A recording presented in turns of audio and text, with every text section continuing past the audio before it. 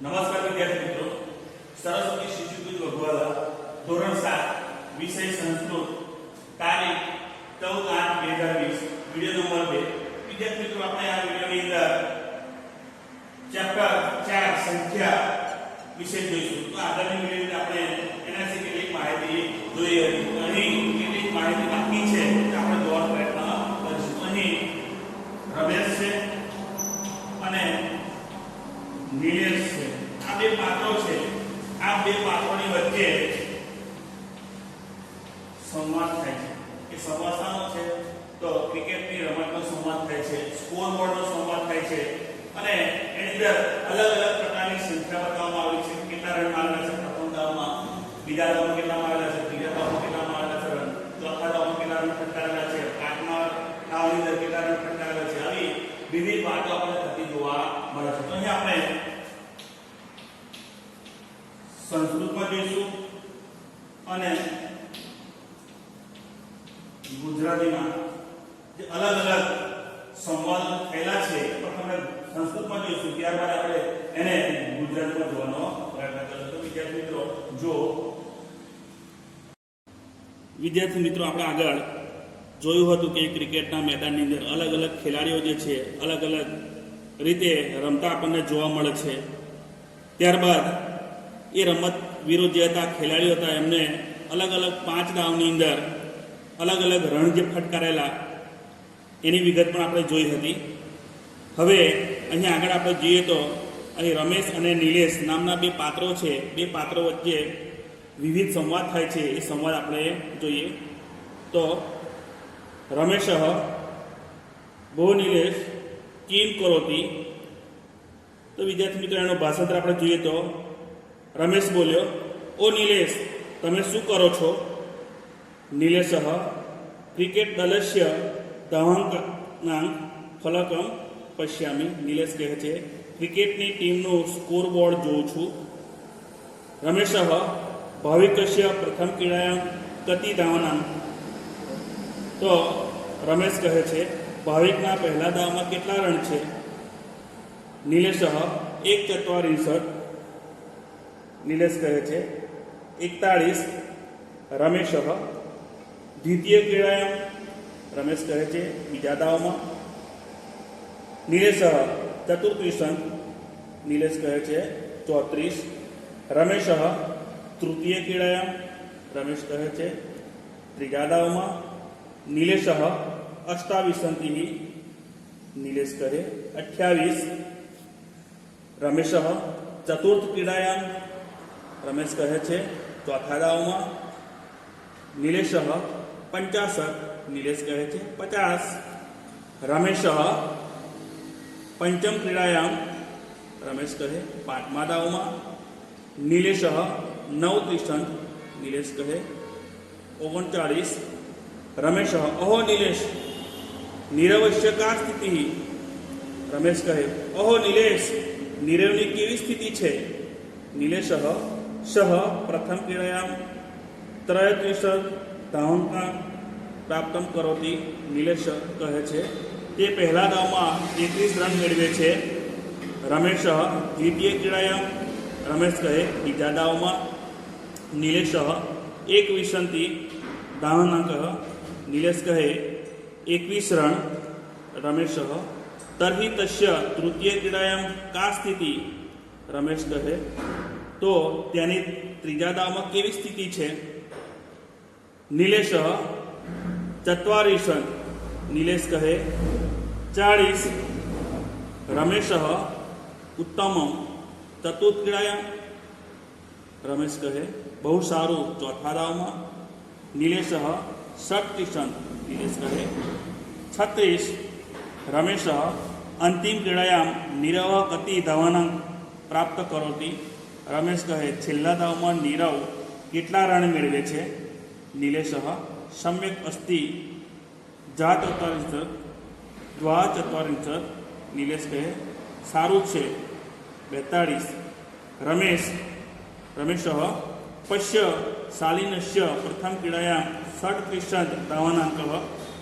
રમેશ કહે જો શાલિનના પહેલા દાવમાં 36 રન છે નિલેશ આમ દ્વિતીય ક્રીડાયામ તસ્ય સપ્તત્રિશંત નિલેશ કહે હા બીજા દાવમાં તેના 37 છે.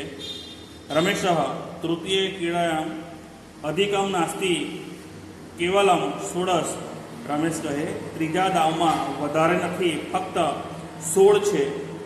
નિલેશ સત્યમ ચતુર્થ ક્રીડાયામ અપી ષડવિંશતિ નિલેશ કહે સાચું છે ચોથા દાવમાં પણ 26 છે. રમેશ તર્હિ પંચમ ક્રીડાયામ સહ અધિકમ અષ્ટચત્વારિંશત ધાવનકમ પ્રાપ્તમ કરોતિ નિલેશ કહે તો પાંચમા દાવમાં તે વધારે 48 રન મેળવે છે. તો આમ વિદ્યાર્થી મિત્રો અલગ અલગ જે પાત્રો જે છે તો અલગ અલગ પાત્રો આપણને અલગ અલગ સંવાદ કરતા જોવા મળે છે અને એના દ્વારા એ અલગ અલગ ખેલાડીઓ જે અલગ અલગ રમતની અંદર અલગ અલગ જે રન ફટકારેલા છે એની વિગત આપણને પ્રાપ્ત થાય છે. તો આમ વિદ્યાર્થી મિત્રો કે સંખ્યાનું જ્ઞાન જે છે આપણે આ રીતે પણ પ્રાપ્ત કરી શકીએ છીએ. તો વિદ્યાર્થી મિત્રો આ સંખ્યાનું જ્ઞાન છે આપણે યાદ રાખવાનું છે. અલગ અલગ ખેલાડીએ કેવા રન ફટકાર્યા છે તે પણ આપણે યાદ રાખવાનું છે. તો વિદ્યાર્થી મિત્રો આના આધારે તમારે સંખ્યા જે છે એને યાદ રાખવાની છે અને સંખ્યાને અંકમાં તથા શબ્દમાં કેવી રીતે લખાય એ પણ તમારે જોવાનો રહેશે. તો વિદ્યાર્થી મિત્રો અહીંયા આગળ આપણે નિલેશ અને રમેશ બંને વચ્ચેનો સંવાદ જોયો. સંવાદની અંદર કેટલાક શબ્દ એવા આવે છે એને આપણને સમજ પડે છે એનો ખ્યાલ આવે છે એનો અર્થ ખબર પડે છે. કેટલાક શબ્દ એવા છે જેને સમજવા ખૂબ જરૂરી છે. તો આપણે શબ્દાર્થના રૂપની અંદર એ શબ્દો આપણે જોઈએ તો અહીં અલગ અલગ શબ્દો આપેલા છે. દલક ધાવનાંક ક્રીડક ધાવનાંક ફલક ગતિ સમ્યક સ્થિતિ કેવલમ ઉત્તમ સત્યમ અધિકમ નાસ્તિ ક્રીડા પશ્ય અને પાછળ આવા અલગ અલગ શબ્દો છે. તો અલગ અલગ શબ્દો આપણે ગુજરાતીમાં કેવી રીતે લખાય એનો અર્થ શું થાય આપણે જોઈએ તો પ્રથમ છે દલમ. તો દલમ એટલે ટુકડી ટીમ એમ આપણે કહી શકીએ. બીજું છે ધાવનાંક એટલે કે રન ક્રિકેટર કેટલા રન મારે તે રન. ત્યારબાદ છે ક્રીડક. ક્રીડક મતલબ ખેલાડી રમતવીર. ત્યારબાદ છે ધાવનાંક ફલકમ એટલે કે સ્કોર બોર્ડ.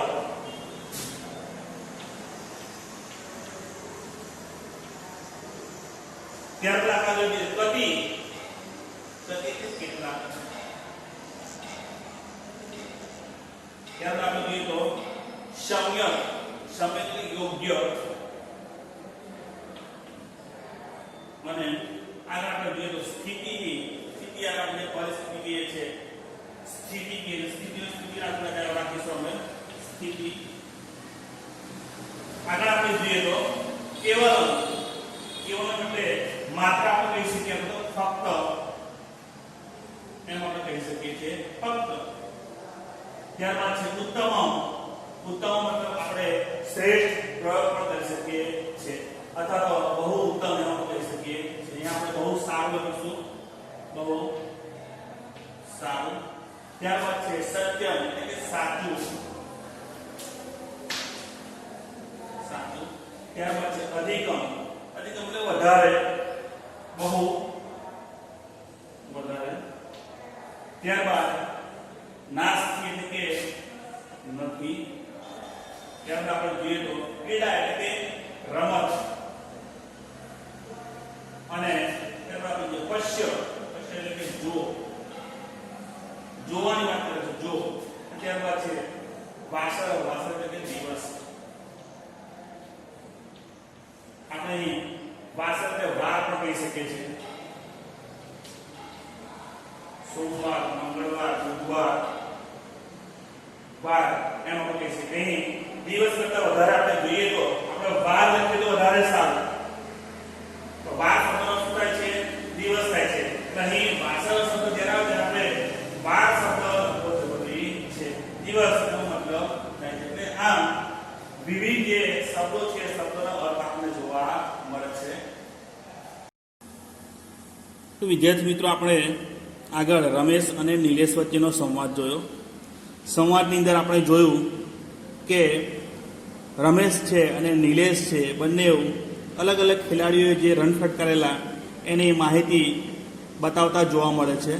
તો વિદ્યાર્થી મિત્રો, એના આધારે એક સરસ કોષ્ટક આપેલું છે. કોષ્ટકની અંદર તમારે એ જે પાત્રો જે છે પાત્રોને ધ્યાનમાં રાખીને અહીં અલગ બીજા પાત્રો આપવામાં આવેલા છે. એના આધારે તમારે સંવાદ જે છે સંવાદના આધારે તમારે એની વિગત ભરવાની છે. તો અહીં અનુક્રમ ક્રીડક પ્રથમ ક્રીડા, દ્વિતીય ક્રીડા, તૃતીય ક્રીડા, ચતુર્થ ક્રીડા, પંચમ ક્રીડા એમ અલગ અલગ ખાનાઓ આપેલા છે. તો પ્રથમ જે અનુક્રમ એટલે ક્રમાંક, ક્રીડક એટલે ખેલાડી, પ્રથમ ક્રીડા એટલે પહેલી રમત, દ્વિતીય ક્રીડા એટલે બીજી રમત, તૃતીય ક્રીડા એટલે ત્રીજી રમત, ચતુર્થ ક્રીડા એટલે ચોથી રમત, પંચમ ક્રીડા એટલે પાંચમી રમત. આમ 5 દાવ રમાયા છે અને 5 દાવની અંદર અલગ અલગ અનુક્રમે આપણે જોઈએ તો 1, 2 અને 3 રમતવીરો આપણે જોઈએ તો ખેલાડીઓ જોઈએ તો ભાવિક, નીરવ, શાલિન એટલે કે ભાવિક, નીરવ અને શાલિન આ 3 પાત્રો જે છે 3 પાત્રોએ અલગ અલગ રણ ફટકારેલા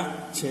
તો અહીં આ ખેલાડીઓ જે છે પાત્રો જે છે પાત્રોએ અલગ અલગ રણ ફટકારેલા છે એને આપણે અંકમાં તથા સંસ્કૃત શબ્દમાં જોવાનો પ્રયત્ન કરીશું. તો પ્રથમ છે ભાવિક. તો ભાવિકે પ્રથમ જે દાવ રમ્યો છે પ્રથમ દાવની અંદર આપણે જોઈએ તો 41 રણ એને ફટકારેલા છે. એને આપણે સંસ્કૃતમાં જોઈએ તો સંસ્કૃત શબ્દમાં જોઈએ તો 1/4 એમ આપણે કહી શકીએ.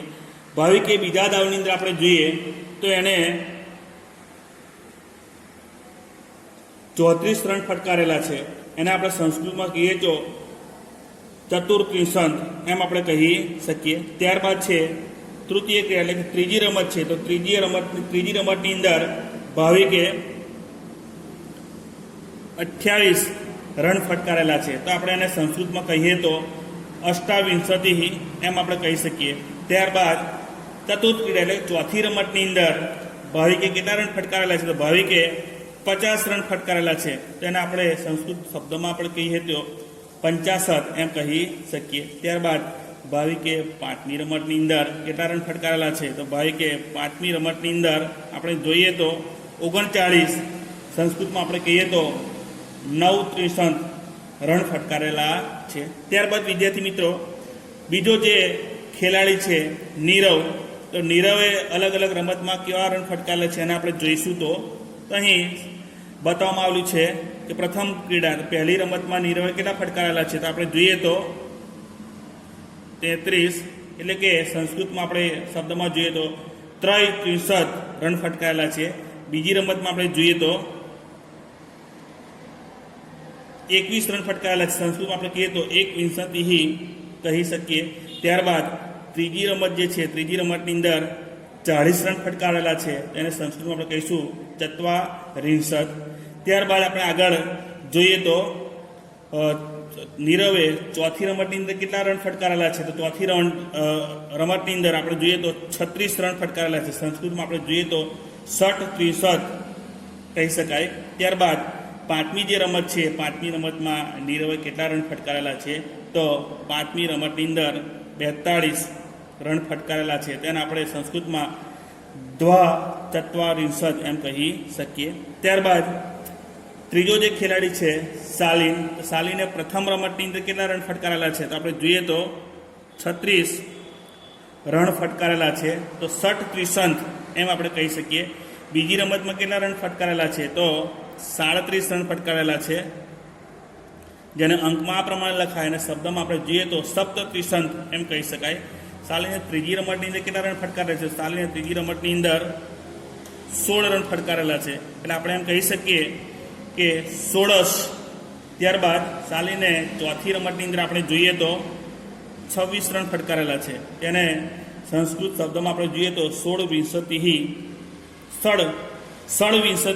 એમ આપણે કહી શકીશું. ત્યારબાદ જે પાંચમી રમત છે પાંચમી રમતમાં શાલિને કેટલા રન ફટકારેલા છે? તો આપણે જોઈએ તો 48 રન ફટકારેલા છે. તેને સંસ્કૃતમાં આપણે જોઈએ તો અષ્ટચત્વારિંશત એમ આપણે કહી શકીએ. તો વિદ્યાર્થી મિત્રો, અલગ અલગ ખેલાડીઓએ અલગ અલગ દાવની અંદર જે રણ ફટકારેલા છે એ રણ આપણે જોયા. વિદ્યાર્થી મિત્રો, આપણે હવે નીચેના જોડકા જોડો એ પ્રશ્ન પર જોઈશું. તો અ છે, બીજી બાજુ બ છે. તો પ્રથમ છે 1 ને 7 17, બીજું છે 2 ને 0 20, ત્રીજું છે 1 અને 3 13, ચોથું છે 3 અને 6 36, પાંચમું છે 2 અને 8 28, છઠ્ઠું છે 3 અને 7 37. તો આપણે અહીં સંસ્કૃત શબ્દોમાં પણ આપણને આપેલું છે. તો શબ્દો આપણે શોધવાના છે. અંક આપેલા છે, અંકની સામે શબ્દ પણ છે. તો સાચો ઉત્તર કયો છે આપણે જોવાનું છે. તો 1 ને 7 આપણે જોઈએ તો સપ્તદશ આપણે એમ કહી શકીએ, જોડી શકીએ સપ્તદશ. ત્યારબાદ બીજું છે 2 0 છે, 2 અને 0 તો વિંશતિની આપણે આ રીતે જોડી શકીએ છીએ. ત્યારબાદ 1 અને 3 છે 13 છે. તો આપણે જોઈએ તો ત્રયોદશ સાચો ઉત્તર છે. ત્યારબાદ 3 અને 6 છે.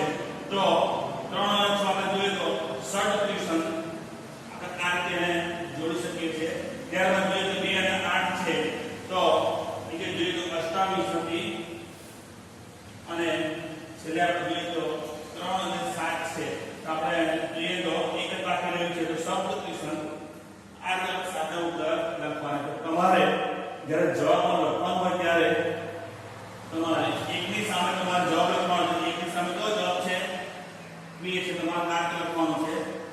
પછી બીજો પ્રશ્ન છે એની સામે તો જવાબ 1 છે. ત્રીજો પ્રશ્ન છે એની સામે જવાબ આપણે જોઈએ તો 4 છે. ચોથો પ્રશ્ન એ જવાબ જોઈએ તો 3 છે. પાંચમો પ્રશ્ન છે એની સામે આપણે જવાબ જોઈએ તો છઠ્ઠો જવાબ છે એટલે અષ્ટાવિંશતિ છે. અને સાતમો પ્રશ્ન છે એનો આપણે જવાબ જોઈએ તો એનો જવાબ છે પાંચમો. આ રીતે આપણે સાચા જવાબો લખવાના છે. આની સામે તો એ પ્રથમ છે એની સામેના નંબર લખવાના છે. બીજાની સામે, ત્રીજાની સામે, ચોથાની સામે, પાંચમાની સામે, છઠ્ઠાની સામે. આ બધા સાચા ઉત્તર છે તમારે દર્શાવવાના રહેશે.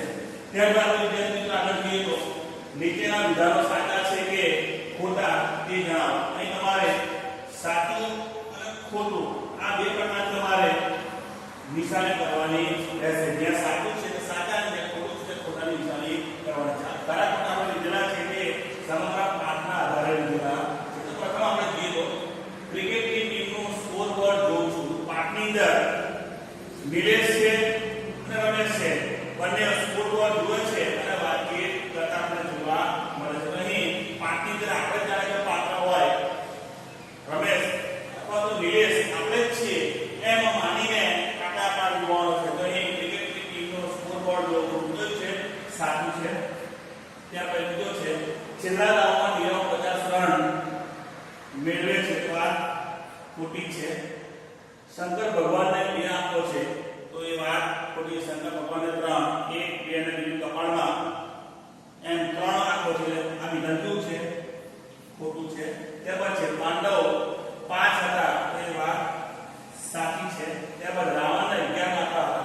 તો એ વાત ખોટી છે. રાવણને કેટલા માતા હતા? 10 હતા. અહીં આપણે ખોટા નિશાની કરીશું. ત્યારબાદ છે રવિવાર સપ્તાહનો 7મો વાર છે. વાર કઈ દિવસ? તો રવિવાર કયો દિવસ છે? તો 7મો દિવસ. સાચી વાત છે. તો છેલ્લે છે હું 7મા ધોરણમાં ભણું છું.